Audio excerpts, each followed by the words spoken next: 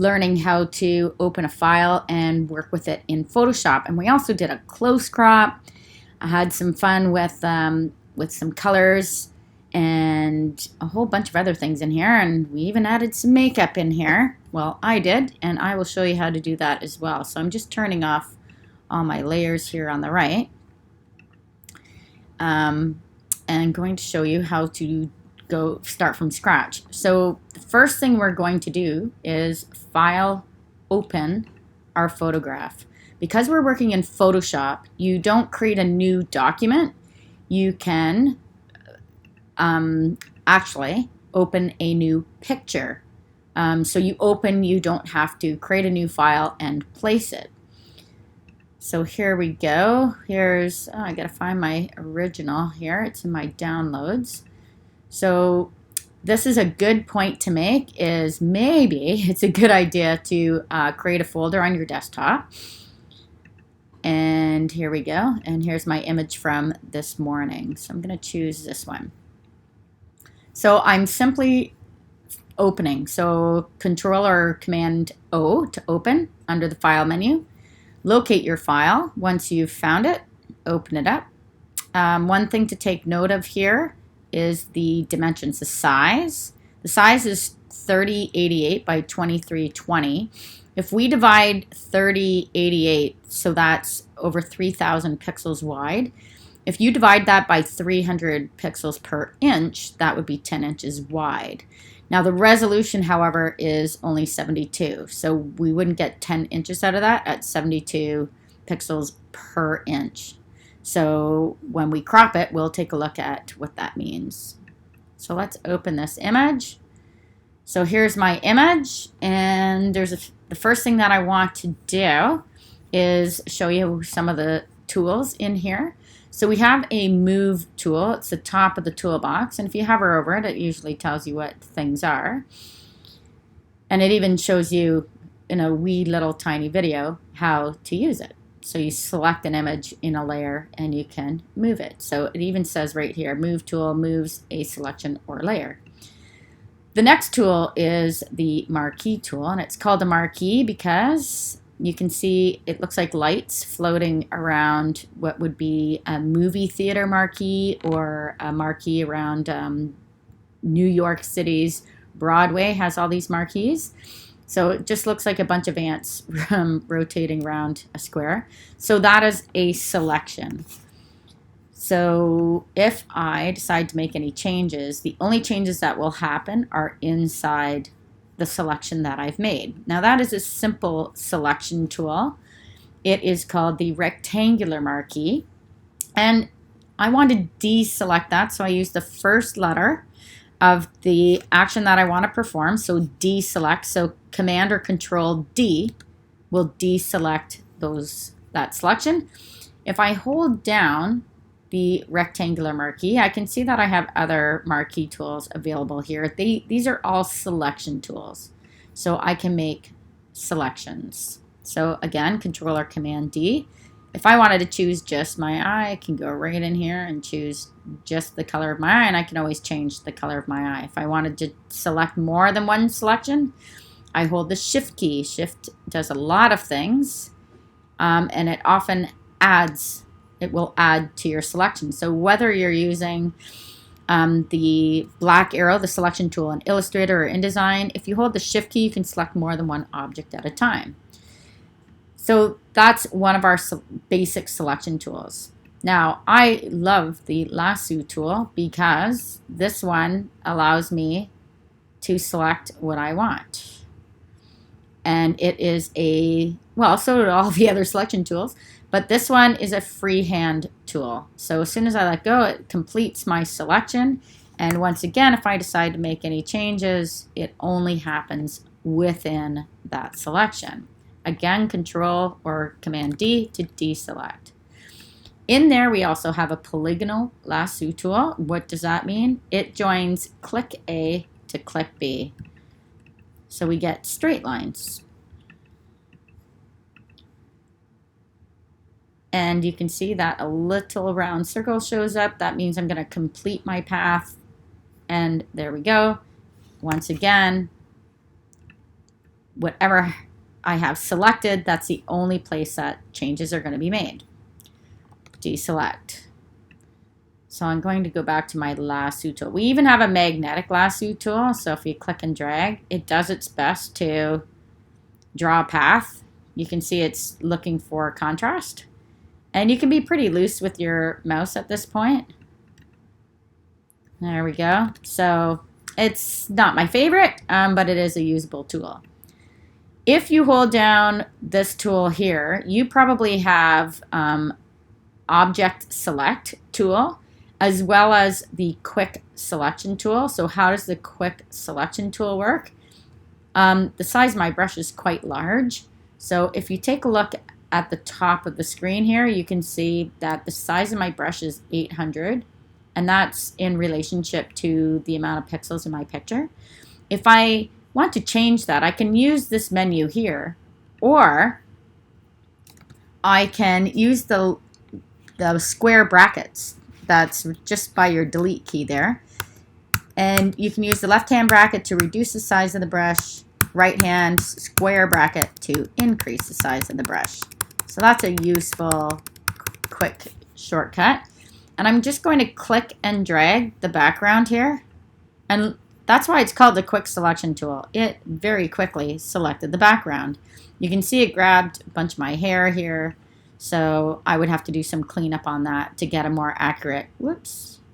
It selected this. So if I hold down the Alt key on a PC, or the Control, whoops, or the Option key on a Mac, I can deselect in there. Oh, it's grabbing a lot. That's because the brush size is so big. Control D or Command D to deselect. If I choose a smaller brush, let's see if it chooses less. Yep, so it didn't grab it.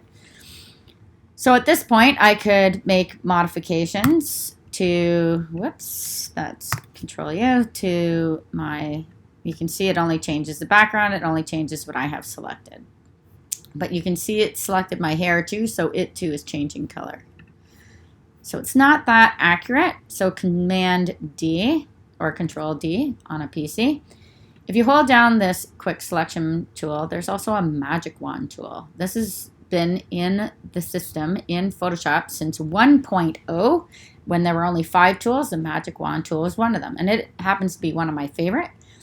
And how this works is you click to select an area, and it is relative to where you click and how many pixels across it's going to pick up within the same color family. So if you take a look at the tolerance at the top of my screen, see where it says tolerance, 12. So it's picking up 12 pixels within the color area of where I clicked. If I want to add to that selection, I can hold Shift. See how my Magic Wand tool gets a plus sign? If you want to deselect something from a selection, you hold down the Alt key on a PC or Option on a Mac, and you can deselect. But clearly this, if I'm holding Shift and I keep adding, I'm going to be clicking a lot until I get everything that I need. Control D or Command D. If I go up to 60 tolerance, let's see what that picks up. Holy smokes, it picks up way too much. It even picked up some of my face. So there wasn't enough contrast within those pixels at 60 tolerance in order to run into the edge. It is here clearly, but it's picking up my skin tone because there's probably yellow in my skin tone as there is in the background. So Control or Command D to deselect. Let's try 40 up here and click again. There we go. That's better. Shift, select, Shift to add to that selection. So it grabbed too much here as well. So the nice thing is that took very, very little time. So I'm going to Command or Control D, click on the Magic Wand tool and go to Quick Selection tool. And it looks like this was the best option. Because it's so quick to do, why not just choose it as the easiest option? But we have one more option which is new to Photoshop, and I love this option. So Command or Control D to deselect. What if you select the Quick Selection tool or Magic Wand tool, and you go up to the top of your screen, see where it says Select Subject? If you click on that,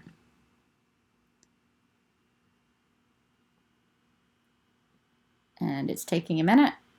Look at that. It made the selection for me. But here's the thing. It picked up some of my hair. And I want my hair here to be part of my selection.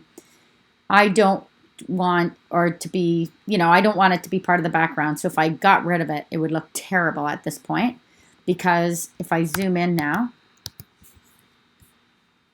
you can see that those details are now lost in my selection. And I have these jagged edges of selection here. So how am I going to fix that? So Control or Command 0 will take you back to full screen. So I'm going to go into this thing called Select and Mask. And this is one of my favorite new things in the most recent versions of Photoshop. And it's going to show me, if I zoom in on that area again, you can see exactly what it's selected here and what it has not.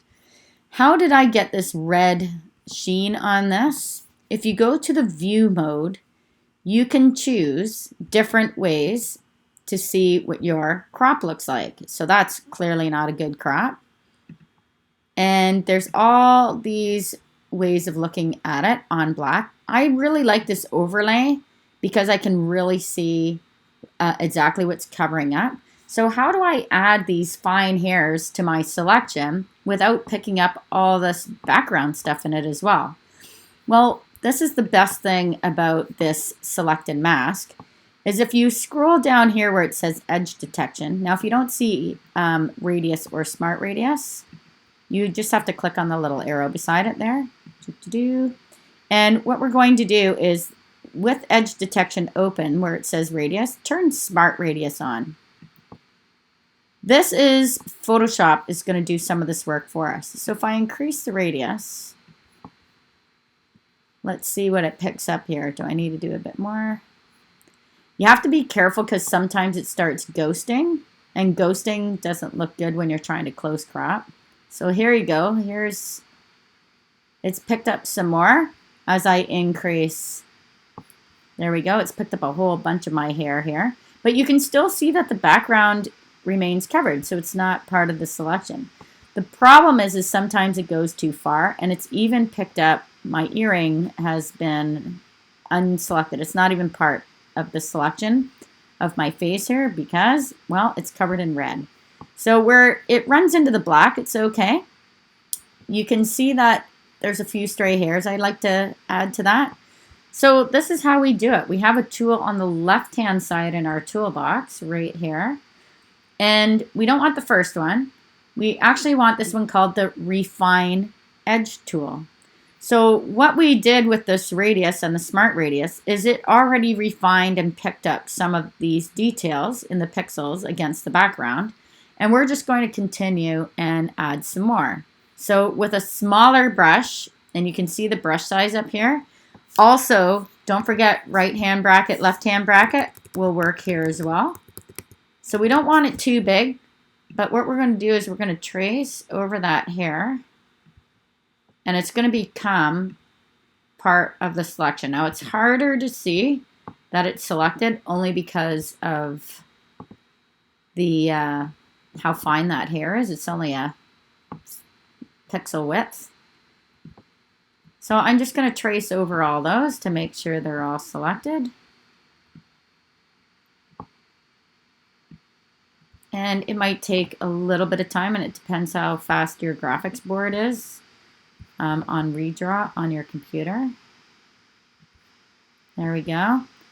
And I don't know if it'll let me keep my earring, but I'm going to trace over it anyway with this little brush. How much did it pick up?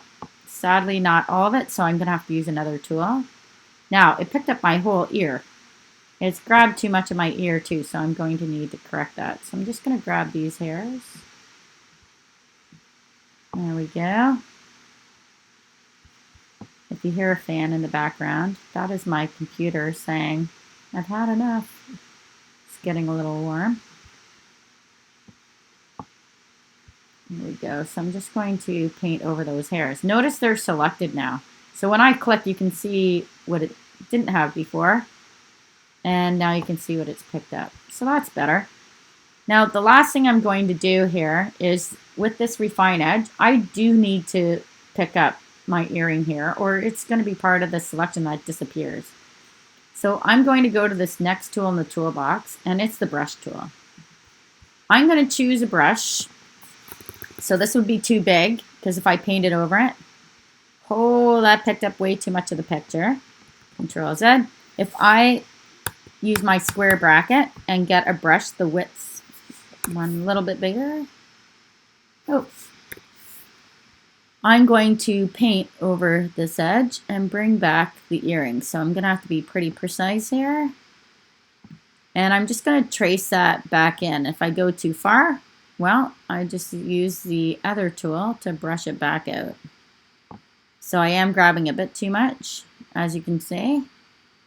So I'm going to make sure it's all in, including my ear up here, because it actually deleted some of my ear. There we go. I want my ear back in there. Oops. Took too much, so that's not hard to do. We'll just take it back out. So we were using the plus. Well, now let's use the minus. And we'll just clean that up.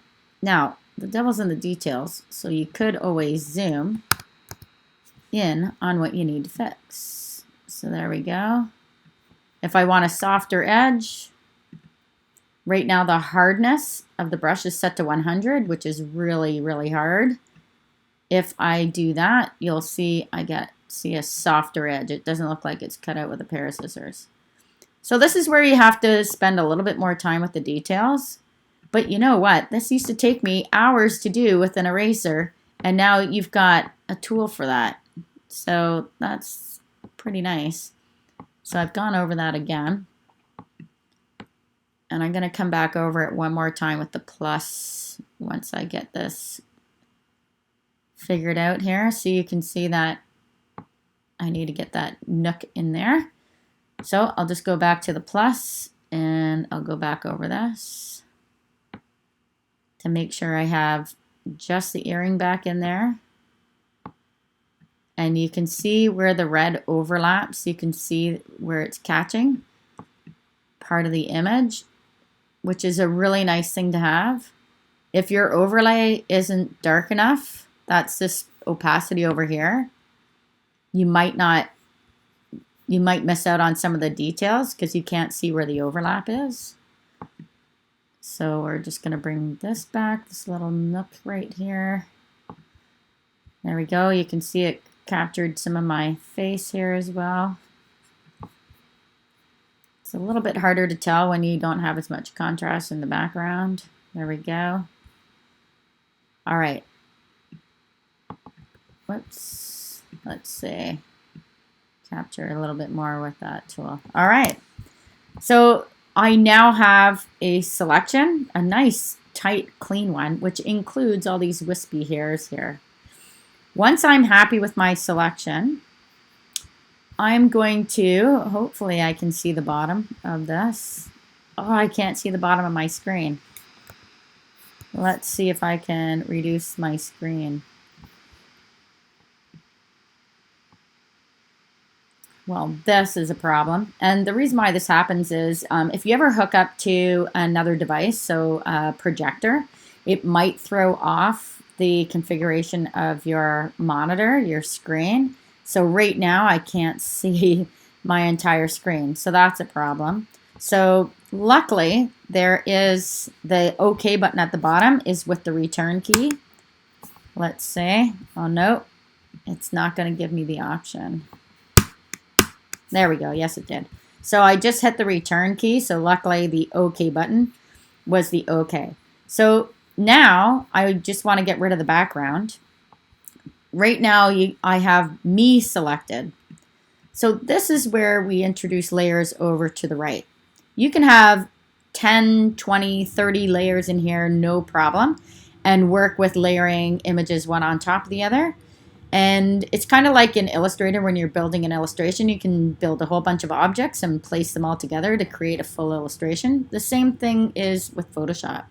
So here's the background layer. I'm now in the layers palette. If you do not see this, go under the window menu and turn layers on. So if I try to delete the background right now, it doesn't let me do that. A background image must contain color pixels. So there's no way I can erase the background unless I fill it with another color. Well, that's not what I want to do. So what I do in the background layer here is I'm going to unlock it. It now becomes a layer, and now I have to hit the delete key. But wait, I wanted to delete the background and I deleted myself. So Control or Command Z.